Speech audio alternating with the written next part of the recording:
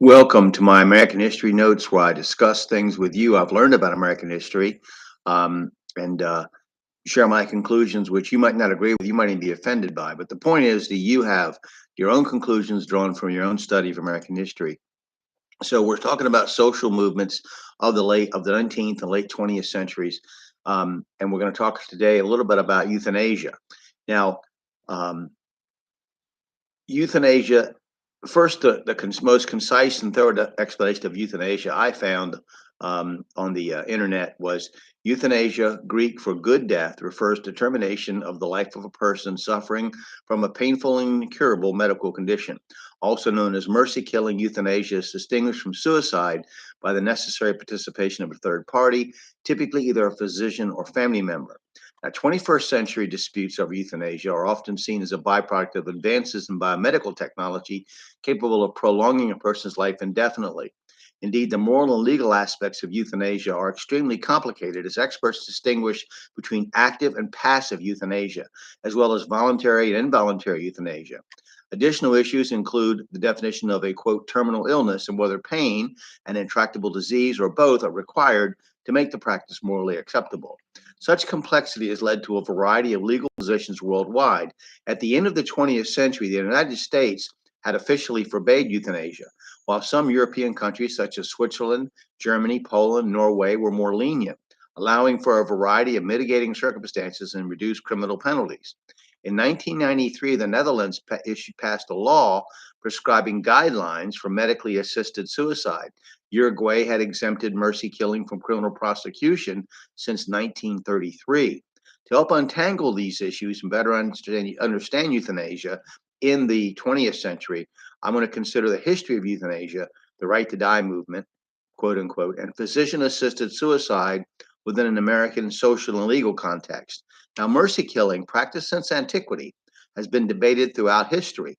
Ancient Greek, Indian, and Asian texts describe infanticide as an acceptable solution for children physically unsuited for or incapable of living. In Plato's Phaedo, when Socrates drinks hemlock, a poison, he maintains his dignity in death, an action immortalized in the modern pro euthanasia organization, the Hemlock Society. While many other Greeks, including Aristotle and the Stoics, sanctioned euthanasia, most early Christian thinkers condemned the practice. Both Augustine and Thomas Aquinas prohibited active euthanasia and suicide on the grounds that it was an affront to the sanctity of life and usurped the divine right of life and death. They did, however, permit passive euthanasia, the discontinuation of life saving treatments, even though death would then be imminent. In the 17th and 18th centuries, European thinkers went even further, as Francis Bacon, David Hume, and Immanuel Kant considered both active and passive euthanasia morally acceptable. However, early American laws forbade specifically assisted suicide. New York enacted statutes against the practice in 1828, and both the Field Penal Code 1877 for the Dakota Territory and later the Model Penal Code followed suit. Yet the polio epidemics of the 1920s and 1930s tested these legal codes, as many protested the potential for dependence on the new drinker tanks or iron lungs. By the end of the decade, proponents of mercy killing sought legal protection, establishing the Euthanasia Society of America in 1938 to promote the practice as well as legislation. Similar organizations formed in Great Britain and Germany, although revelations of indiscriminate and inhumane Nazi practices ultimately led to the condemnation of the movement by the Roman Catholic Church following World War II and helped defeat legislation in Connecticut 1959, Idaho 1969, Oregon 1973, and Montana 1973. Debates over euthanasia resurfaced in the 1970s amid growing concern over individual rights. The Karen Ann Quinlan case and the Right to Die movement. In 1975, Quinlan, a 21-year-old who had accidentally overdosed on barbiturates, alcohol, and Valium, slipped into a coma and was kept alive by a respirator and other medical apparatus. The quote Sleeping Beauty case captivated the nation as the public debated who was responsible for the decision to maintain or disconnect the machines and the indignity of being kept alive purely by medical technology. Ultimately, Quinlan's case helped redefine, quote, brain death and the legal framework for voluntary and involuntary decision making. The New Jersey Supreme Court ruled in 1976 that given her irreversible condition and the right to privacy guaranteed by the Constitution, her family, the appropriate surrogates, could remove her from life support. The court's approval of passive euthanasia fueled the right to die movement. By 1977, 38 legislatures had submitted over 50 bills to enact legislation expanding the power of attorney and sanctioning living wills, precursors to do not resuscitate orders. At the same time, the American Medical Association renewed its opposition to euthanasia, arguing that passive euthanasia, the removal of life support, is ethically acceptable only in terminal cases where extraordinary procedures are required to maintain life in a manner inconvenient and inefficient for the patient. Remarkably, Quinn lived in a vegetative state assisted until 1985, at which time a right of refusal was generally accepted, supported by the Due Process Clause of the Constitution, giving individuals the right to make decisions free from unreasonable governmental interference. By the 1990s, advocates of euthanasia, such as the Hemlock Society, established 1980, campaigned for physician-assisted suicide or active euthanasia, reviving the debate over the limits of an individual's right to die. Proponents argued that a painless injection or combination of drugs was far more humane than disconnecting a feeding tube and allowing a person to starve. Physicians, however, were caught in an ethical dilemma, given the Hippocratic oath to do no harm, relieve suffering, and prolong life.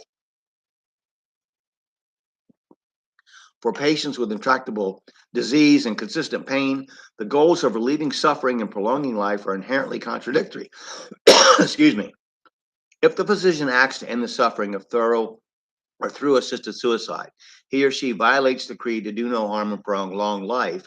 If the physician refuses to act, suffering is prolonged rather than assuaged.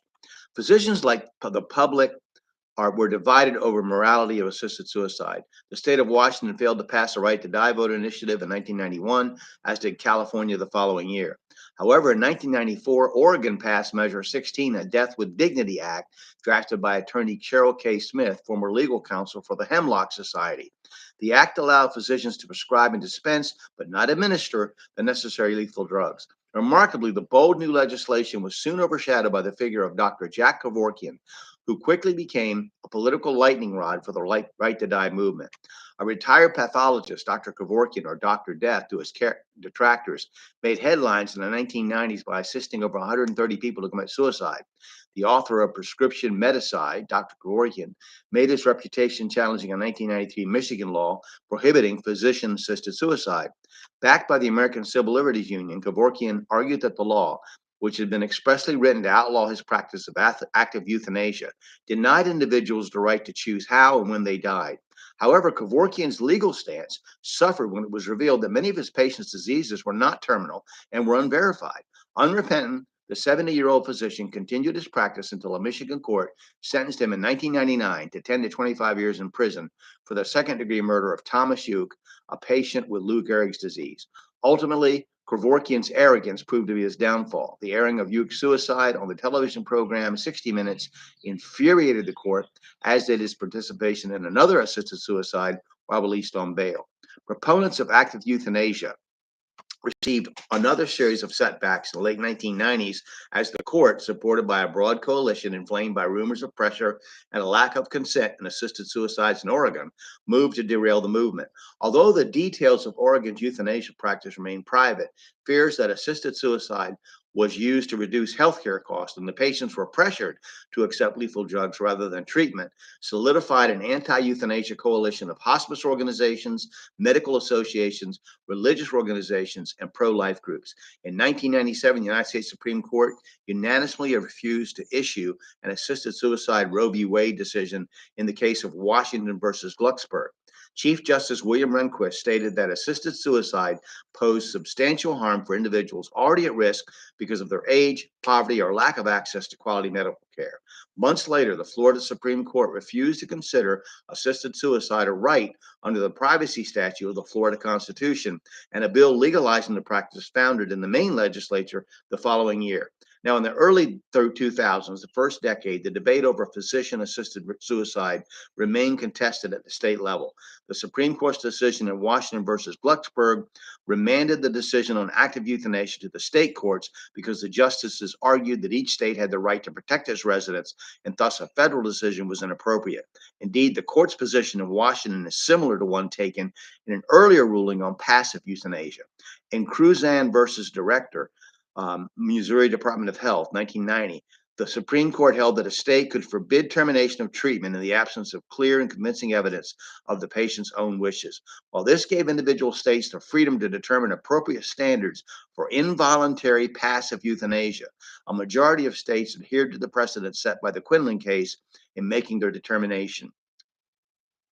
Advocates of physician-assisted suicide hoped that reasonable practices in Oregon and the Netherlands would persuade their opponents, and they downplayed the economic arguments for active euthanasia amid a social climate decrying HMO, health maintenance organizations, cost-cutting operation.